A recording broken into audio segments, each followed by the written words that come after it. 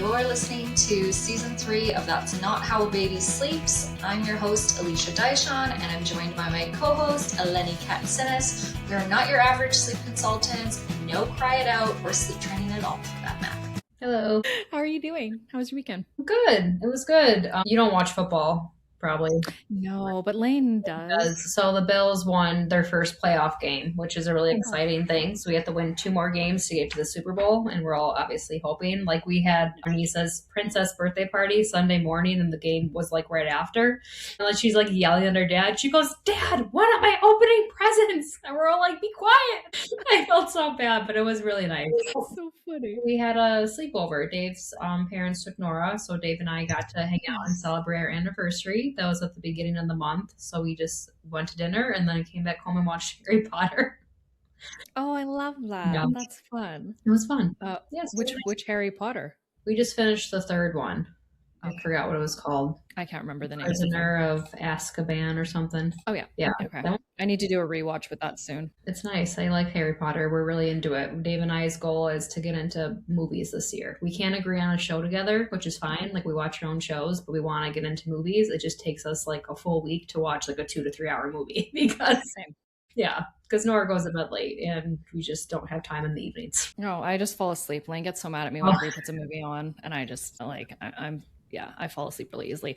I'm trying to get him, because we're canceling like it's not like we watch regular TV anymore, but we had to wait for our like TV contract to be up. Mm-hmm. We're finally canceling actual I don't know if it's cable, cable television. And then we have all of the apps, but I'm honestly, since I started reading, I don't watch a lot of shows. I'm so behind on everything. And I got him a Kindle for Christmas. So I'm like trying to like force him to just like, let's just sit in bed and read our Kindles. He's together. Like such an old person, and that's what I want to do now. So yeah.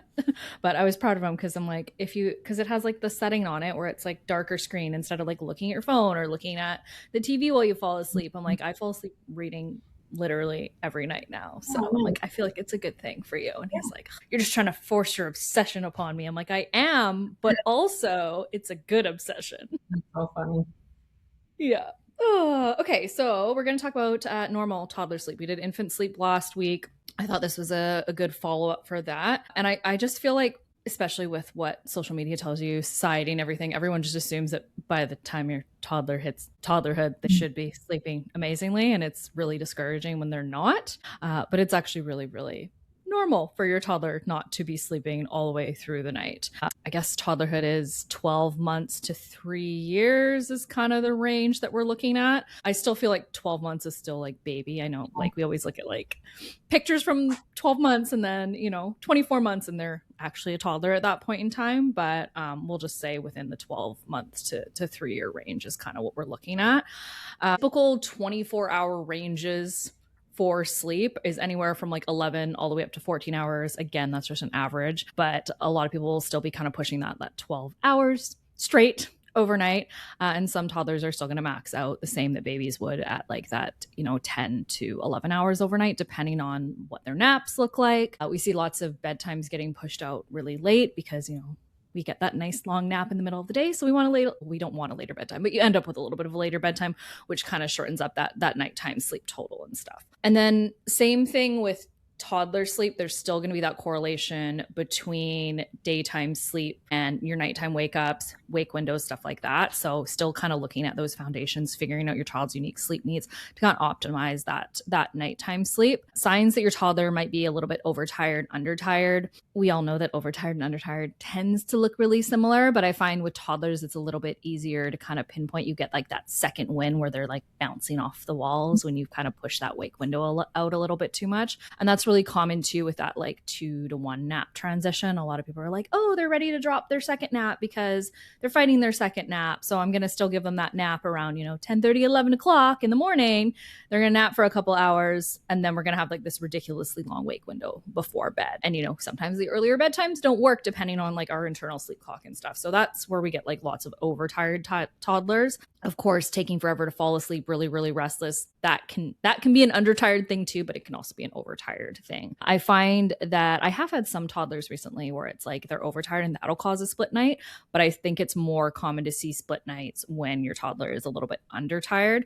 So again, just figuring out what the sweet spot is for that wake window, looking at the averages and kind of getting like a rough estimate of where your toddler should be. Like if we're pushing out to like a 9-hour wake window before bed, probably overtired depending on your child's age, but especially if you're going like from that 2-to-1 nap transition and suddenly you have this ridiculously long wake window before bed, probably overtired. I just wanted to add that I've actually heard before that infancy, they say it lasts from like newborn until 3 years old. So it's funny to think like, yes, it is a toddlerhood into that age, but like you said, like when they turn 1, they just automatically think like, okay, we're going to get better sleep, or they're not a baby anymore and now they're a toddler into toddler sleep. But like you said, it's still very normal. I feel like we really start to see better, longer stretches, like sometimes after the 2-year mark. And I know it seems like a very long time, but it really depends on temperament too. If we have an easier going temperament child, that we could see longer stretches before 2 years. But usually like I'll get a lot of messages like supporting, I supported my baby until they're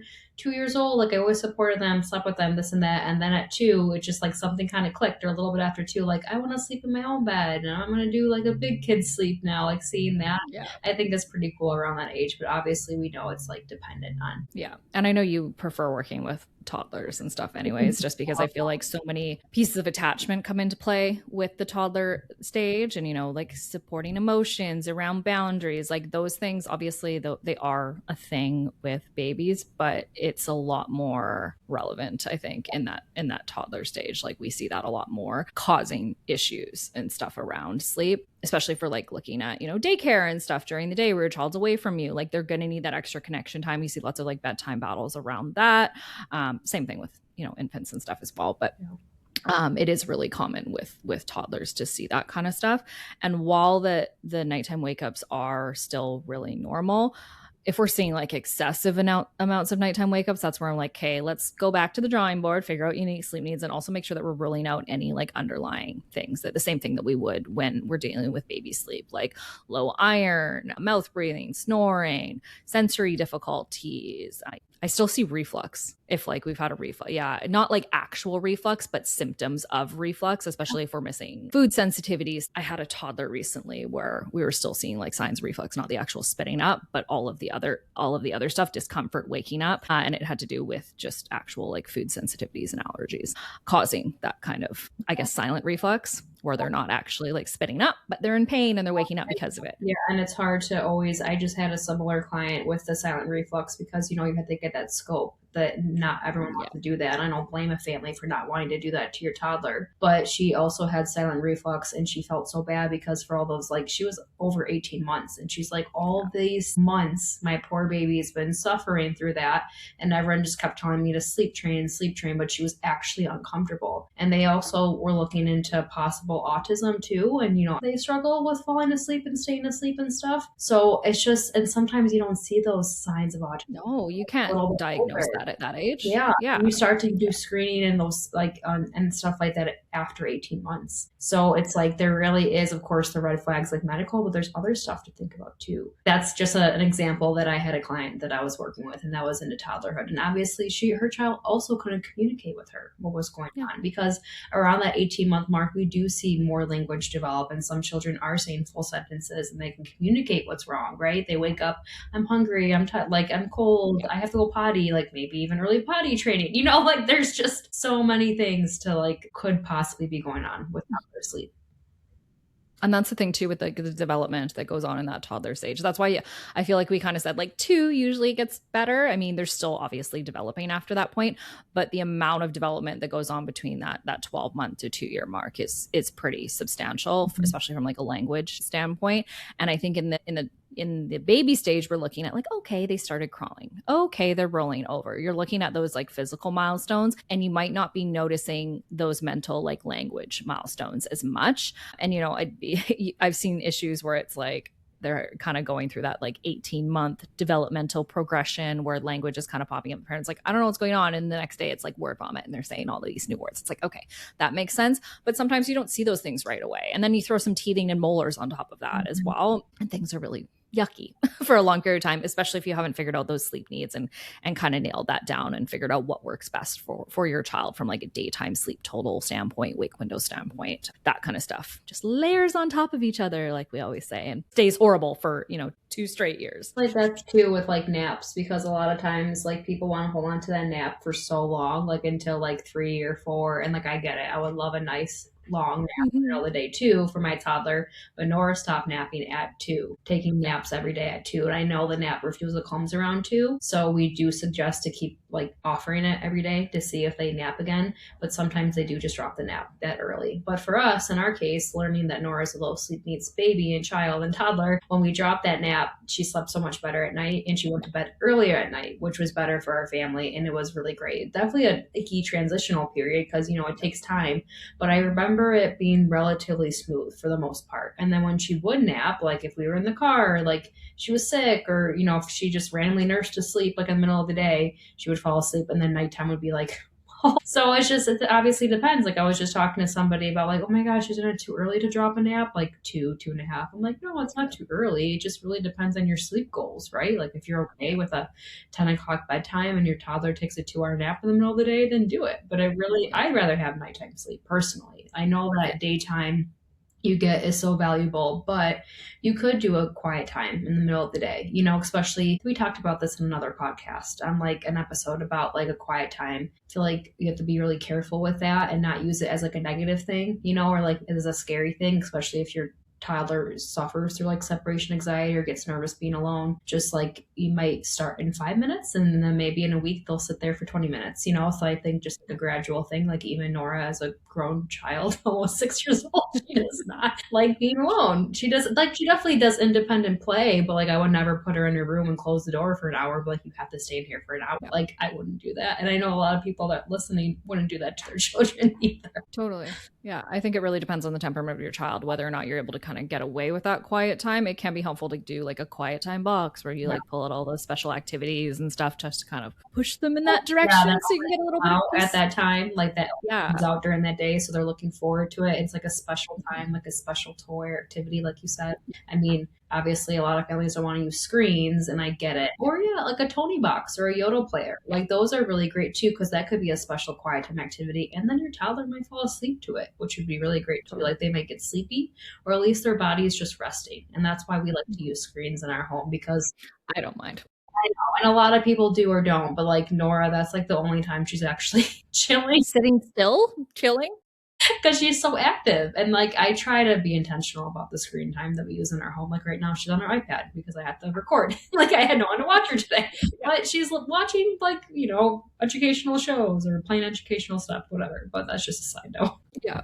Yeah, no, I think it depends on, what works best for your family and stuff. I'm fine with screens. We do try to limit it with Luna because it does definitely affect her. But like she sits still and she watches, and we got them a Nintendo Switch for Christmas. So they've been playing like little games on that. And we've been enjoying it too, because we were able to download like all the old school Nintendo games that we played when we were kids. But it's funny because like they're so basic and like you're just running across the screen like Super Mario and stuff. And Luna's getting so frustrated because she's so used to using like the trigger now to like walk around and like look at stuff. I'm like, no, it's so basic. Like you're just going across the screen. That's so jump. Funny. That's all you got to do. That's so funny. But yeah, it's been nice to kind of utilize that and stuff as well for quiet-ish time. Mm-hmm. But I would much rather take the no napping to the super late bedtime, especially too because my kids go to bed late anyways. So when we're talking about a late bedtime, we're talking about like 11 o'clock, and that doesn't work for me. Their bedtime is like 9 now, which is still late for a lot of families and everything. But I did, when I wanted her to stop napping at daycare, I sent kind of like a quiet time, like little thing that would come out, and she would play with that while all the other kids nap. She is one of the oldest ones, but the other girl, who's actually a little bit older than her, still takes like a 2-hour nap in the middle of the day. And I'm like, oh my gosh, I've talked to her mom. She's like, oh yeah, she goes to sleep fine. I'm like, she has to be just high sleep needs, right? Yeah. I'm like, and she's starting kindergarten this year. It's so weird. Oh my gosh, that's crazy. Wow. It's wild. So yeah, I'm like, it's just surprising to me. But I mean, when Aylin went to kindergarten, kids were still napping until kindergarten. And then the teacher was like, oh yeah, some of them are having a hard time because they're not napping anymore. I'm like, what? That's so Aylin was done napping at 2. That's not our experience. That's not our no.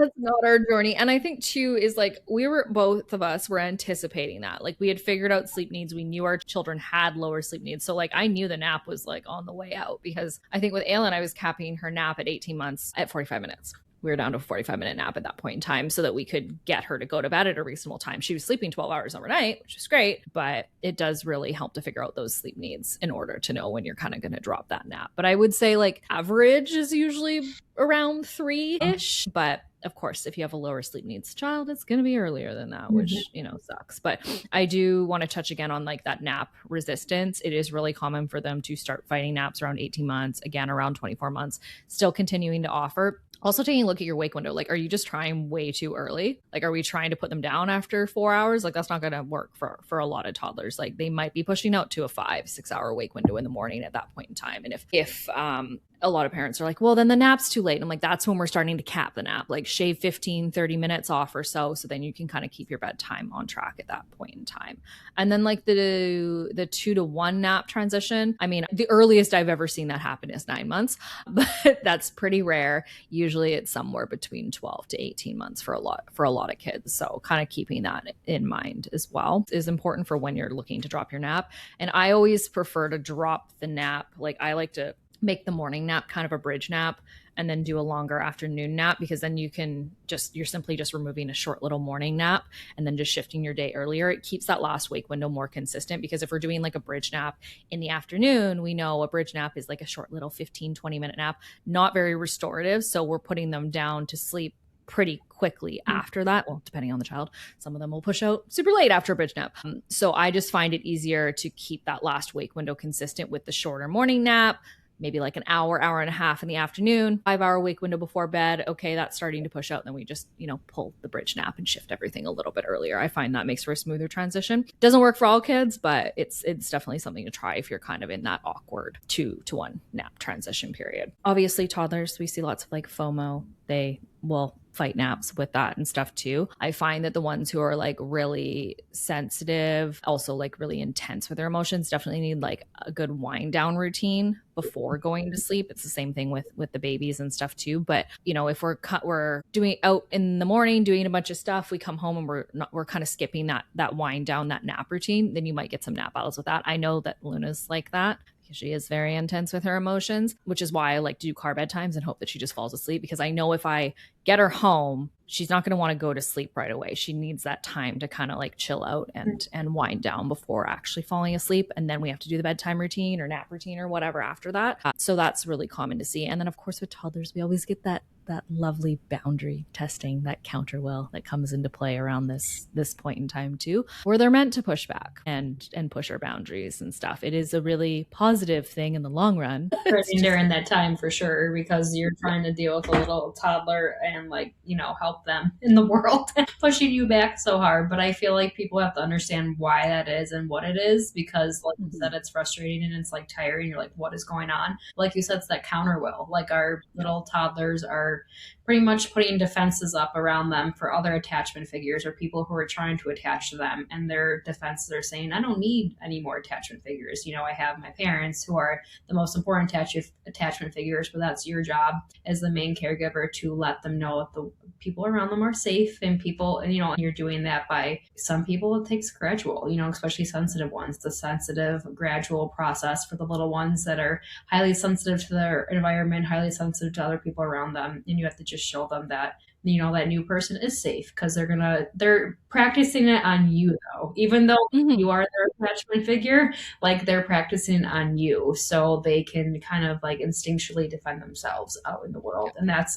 attachment instincts is made for a reason, even though it's like exhausting and tiring when you get all that pushback. But as long as you stay firm and loving with those boundaries, it will like gradually get better. And that's the thing too, is like when we're taking more of a gentle approach to sleep, we're focusing on building a securely attached child. Emotions, often we don't like them, because I think most of us come from a background where, emotions were not okay. We shut those down, especially if you were like a 90s baby like me. That was, not something that our parents really did for the most part. So emotions tend to make us uncomfortable. And we're like, okay, we want to do the opposite of what our parents did. So like, we'll try to we end up in that permissive kind of parenting role, and really understanding that like tears are okay. we just need them to be supported tiers. So we want you holding boundaries with your kids. And it is really important, that toddler stage, because if you don't do that at all and we're just going kind of down that permissive route, then you are going to have a harder time. Like, attachment is hierarchical. So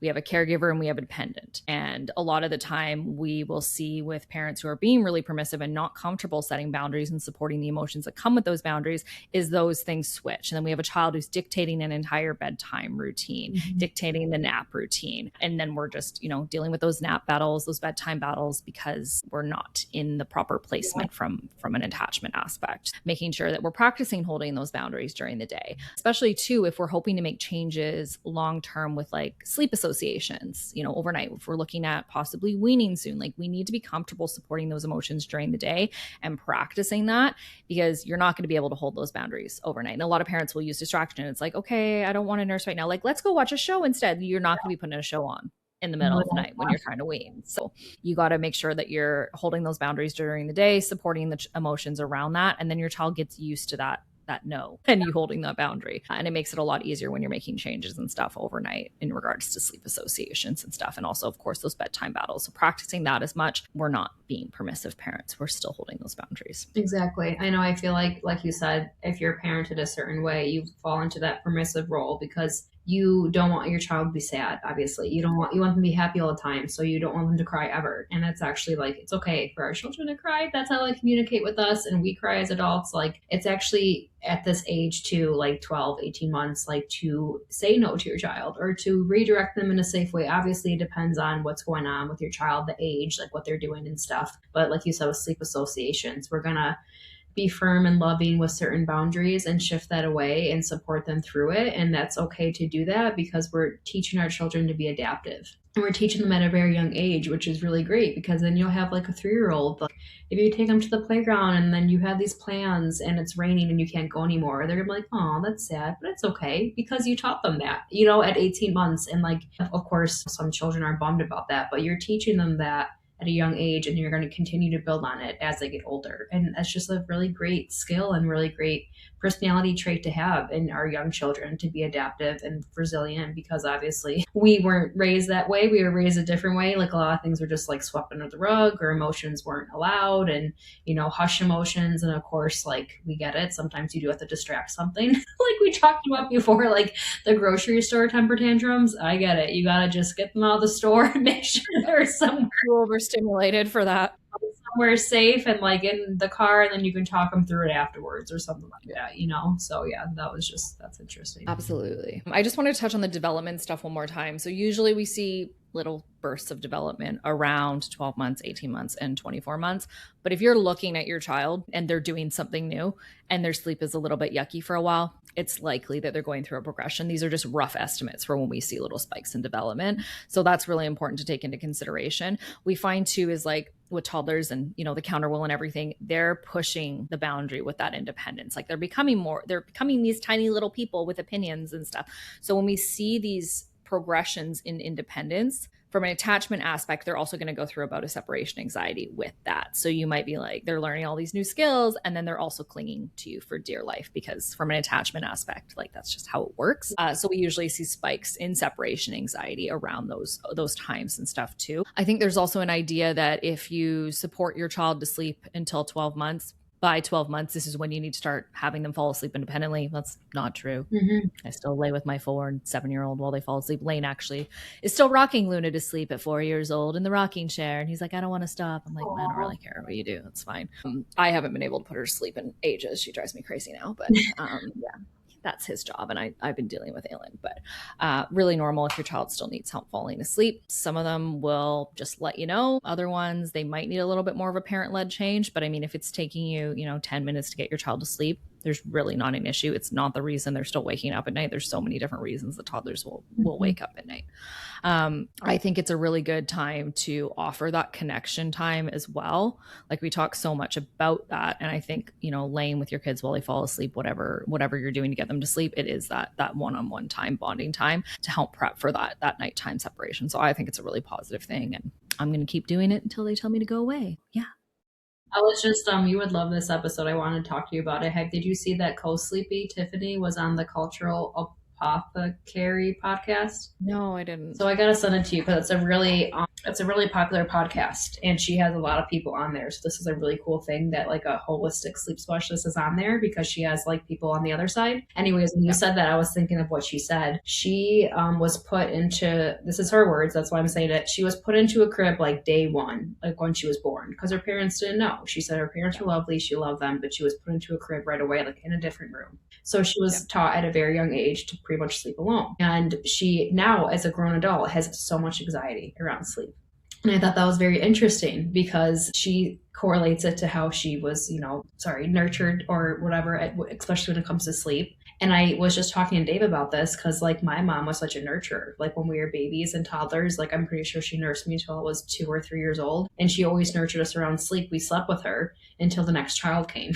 And my younger sister is 7 years younger than me. So I'm pretty sure I slept with her for a long time. And like we all just piled in and slept together. And as a grown adult, I don't have any anxiety around sleep. Like I've always felt fine. Of course, like when Dave's not here, like I don't love sleeping alone. I mean, who likes being alone? Like I don't love it. I definitely feel fine and I fall asleep, and usually Nora just sleeps in my bed if he's not here anyways. Totally. But I just like always think back to that of like adults, like why do we think just because our child turned 2, they're okay to finally sleep alone? They're only 2. Like it's only 2 years. And I know it seems like a very long time, especially if you've been in the thick of it for 2 years and your child, you've been struggling a lot, but there was probably so many underlying things going on that maybe you didn't realize, or just like you didn't know how to identify those bedtime battles or struggles or whatnot, or you were uncomfortable supporting the emotions and you could have shifted things, but you didn't want to. Like a lot of clients will see is around 18 months or 2 years because they want to wean because they're like, oh, I'm so over it. Like I'm so tapped out. We don't want you getting to that point of being so over it, tapped out after 2 years because you struggled for so long. Like people think that's either you sleep train and let them cry or you do nothing. But you don't have to do that. Like that's why me and Alicia are here. We're the in-between that will obviously educate you on the normalcy. Is that a word? I think it is. Normalcy. And toddlers sleep, and obviously yes, it is. It's a word. Okay, whatever. Sorry if it's not a word, guys. With toddlers especially, there's so much going on in their brains, and they start to, a lot of fear comes up around that age. Like so much fear, like their imagination's running wild, and they're starting to get nightmares sometimes, and their imaginations are growing so big that I feel like they don't understand maybe what's real and what's not real. So like fears are really big to them, especially if like things are like in their room. Like an example for Nora, she's been scared of this for years. There's a tiny little hole like in her door because it's just an old door and like a hole was in it. And she like says that she has dreams that wolves like come out of the door. It's like the wildest imagination, but that's what she like dreams about, and that's what she like sees, or she's afraid of it. How am I gonna just let her be alone if she's actually afraid to fall asleep? Like I can't do that. And she's just a really sensitive kid. So if you're listening and your child's even older into toddlerhood and you're still supporting them, they're probably really sensitive, and you might have to do that for a little bit. But like you said, if it's only taking 10 minutes, if it's taking longer than 25 to 30 minutes to like actively fall asleep, there's something going on.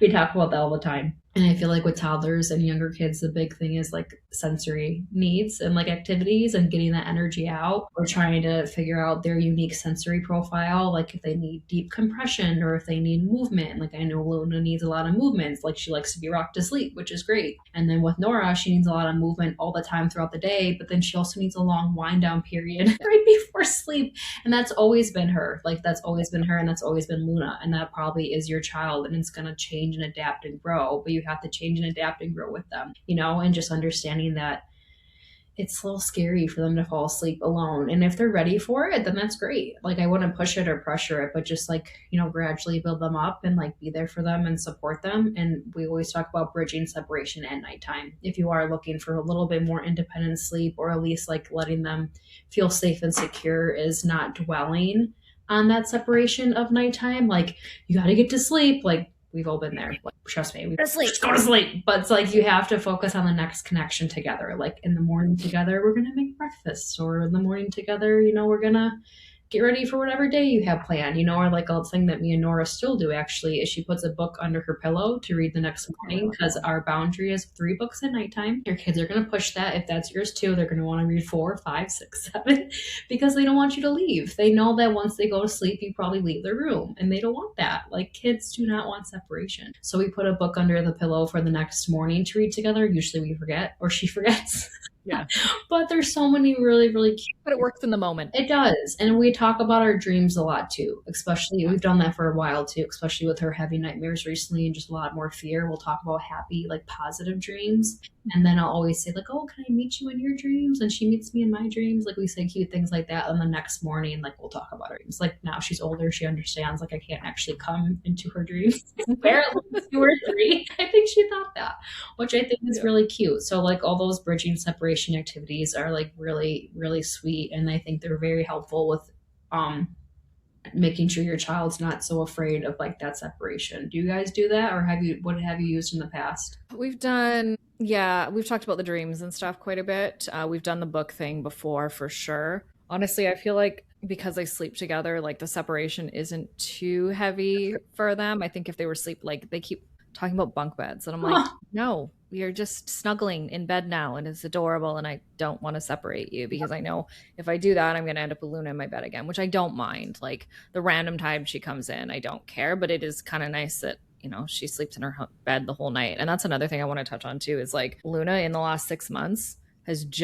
she's 4, has just started sleeping consistently through the night in her own bed with her sister. So if that puts things into perspective for you, like I'm a sleep consultant, I know all the things, and like yes, I could have made a change around that and set a boundary and continued to bring her back to her bed when she woke up one time at some point in time in the night and crawled into bed with me, but she didn't wake me up. Like it wasn't an issue for me. And I knew eventually she'd start just doing it on her own, and now she just snuggles her sister instead of me, and it's adorable, and I don't care. But I think a lot of people would be like, oh my gosh, you're a sleep consultant and your 4-year-old or almost 4-year-old just still comes into your bed. I don't care. It didn't bother me at all. One thing I wanted to touch on too, I don't think we mentioned it before, but like the nighttime feeding, that is also, it's still normal for a toddler to wake up and need a nighttime feed, which I think is shocking for a lot of people because they have babies who are like, they're trying to night wean at 6 months old. I will say like the natural kind of night weaning age is around 18 months for breastfed babies. So taking that into consideration, that's when I start to see, okay, the nighttime feeds are not actually like full nighttime feeds at that point in time. If you're still nursing to sleep as your sleep association, then yeah, like your child might still wake up at night past that 18 months mark, quickly nurse and go back to sleep. If we're still seeing like full feeds at that point in time, I'm looking at, okay, like what's going on with daytime nutrition, things like that. Sometimes when we have a baby that's waking up every 2 hours and nursing quickly back to sleep, that can kind of fall into that like reverse cycling where they're refusing solids during the day. And I have, families that I work with who are like, we do the whole nutrition log and stuff. And they're like, oh my gosh, they're like still nursing 8 times over a 24-hour period. But then I'm looking at their solids and they're like, they're nursing all the time. They can't be hungry. I'm like, they're overcompensating with the nursing because we're not getting solids in. So we're like pulling back a little bit. I usually like to start with like daytime weaning and being like, okay, let's just nurse to sleep for naps and bedtime. Pull back, practice supporting emotions, and that tends to encourage more solids, which will get you longer nighttime sleep, and then eventually, those nighttime wake ups are less frequent. But yeah, still very normal, which I know can be shocking to a lot of people because Yeah, I think nutrition's a huge thing to touch on, especially with those busy toddlers, right? Like if they're getting older and having more solids and they're very busy, it's hard for them to sit still to eat, or like you feel like they're just snacking all day, and that makes sense. Like it depends on your child, obviously, but like you said, making sure they're getting those meals and just really getting that bedtime snack in them too. Even if you are still nursing at bedtime or doing a bottle at bedtime, like a bedtime snack is so helpful. And I've seen so many clients that like have such a longer stretch with the bedtime snack, and like, I can't believe it made such a difference. I'm like, well, of course, because they were waking up because they were hungry. They weren't waking up to manipulate you or any of those things that you might hear. Like they are, a lot of the times they're waking up for hunger. So just nutrition is huge. Like it just a nice nutrition. And especially if we have looking at like the timing of dinner time and timing of bedtime. Like if you have a child who has a little bit of a later bedtime, maybe they're going to sleep around 8:30 and we're doing dinner at 5. And then maybe you're nursing a couple times in between that. Like we need a bedtime snack at some point in time in there. You can probably replace one of those nursing sessions with that and then still quickly nurse to sleep at bedtime. But nutrition is a huge factor. I don't really like touching nighttime feeds until I'm seeing like 3 solid meals a day, 2 to 3 snacks throughout the day, and maybe some milk somewhere in between there. I don't usually like touching nighttime feeds until we're at that point.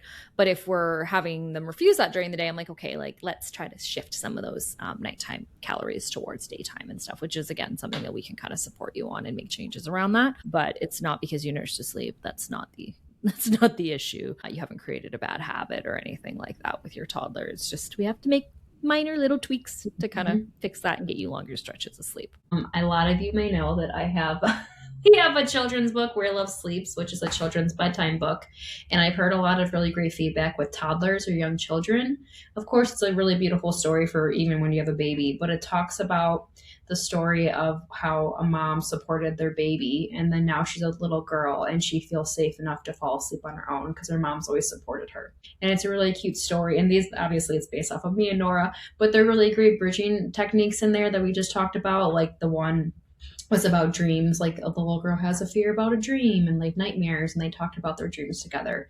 And the really cute one too was like the invisible thread, like trying to show your child we have an invisible thread, you know, from my heart to your heart, and one more innards, but you can actually physically have a piece of string if you wanted to from your doorknob to their doorknob if it's doable. But like I said, it's just a very sweet story, and I've had really great feedback from moms like, oh my gosh, my toddler is falling asleep on their own, or they're sleeping all night in their bed, and they like it's building confidence in them, which is really sweet too. And it was so funny because Nora was like, the one night she tried to fall asleep by herself. I can't do it like in the book. Like, it's okay. I'm not forcing you. It's just like that Bluey episode with like the big girl sleep. I was like, I promise, like, it's okay. Like, when you're ready, you will do it. And that's like totally okay. And I've also heard that too. Like, a lot of times families, kids aren't ready until they reach that 7-year mark. And I thought that was interesting. So there has to be going on something at 7 years old where there's like a shift in their brain. And we know that there is that shift. So it's interesting to see that. But yeah, if you don't have this book already, I highly recommend. Yeah, I'm gonna tag it in the show notes below. It's one of our favorites. Luna was obsessed with it for like probably 2 weeks straight. She's like, your friend wrote this book. I'm like, she did. Yeah. She's like, it's me. I'm like, it's not. It's okay. You can pretend. You can read Luna on the front. You're not falling asleep independently at all. We still rock you, but she still loved it. And it is a really good story. You have another one too, your attachment one, right? We do. We have Where Love Begins, which is more about the attachment stages, which is great for toddlerhood too. It's not based around like sleep. It's just based around like the connection between mom and child, and talking about attachment stages from, you know, birth, well, even pregnancy until like later on. And the story, it's really cute because it shows like that generational love, like the love that the mom gave the daughter, she will now give it to her own daughter. So I always talk about that. I know we all do. Like, my Rooted in Sleep business is really called Rooted in Sleep because I want like generational love. Like, we're doing this for our children so they can do it for their children, and we keep going on. Like, we're trying to break that cycle of the sleep train industry. So that's our plan, and that's our plan with these books too. Just try to get them out there the best that we can to everybody. Awesome. I love it. Cool. So yeah, if your toddler's not sleeping through the night, that's normal. If they're waking up excessively overnight, that's probably not normal. We want to do something about it, but kind of diving a little bit deeper and figuring out what works best for their unique sleep needs, ruling out those red flags and stuff. But just knowing if your toddler wakes up like once at nighttime and, you know, it's relatively easy to get them back to sleep, or they still want to come into your bed, it's all really, really normal. So don't feel bad if you're seeing, you know, my toddler or my 6-month-old is sleeping 12 hours straight in their own sleep space. It's funny because actually one more thing to touch on too is like we see a lot of toddlers who are previously sleep trained. Yeah. And then we get to that toddler stage and you can't use those same sleep training techniques that you used before. And we honestly see it backfire quite a bit. So we do work with a lot of toddlers who have been previously sleep trained, and the parents like, I can't do this anymore. I'd like to take a different route. It's not a permanent solution if you do choose to sleep train, but just know that it is normal that your toddler still wakes up at night. You're not doing anything wrong. And it'll happen eventually, even if you did nothing. Thanks for joining us. Don't forget to connect with us beyond the podcast. You can find me on all social media platforms at moonbay.sleep. And for more sleepy goodness, you can head over to Instagram and follow Eleni at Rooted in Sleep. Until next week, keep embracing the chaos.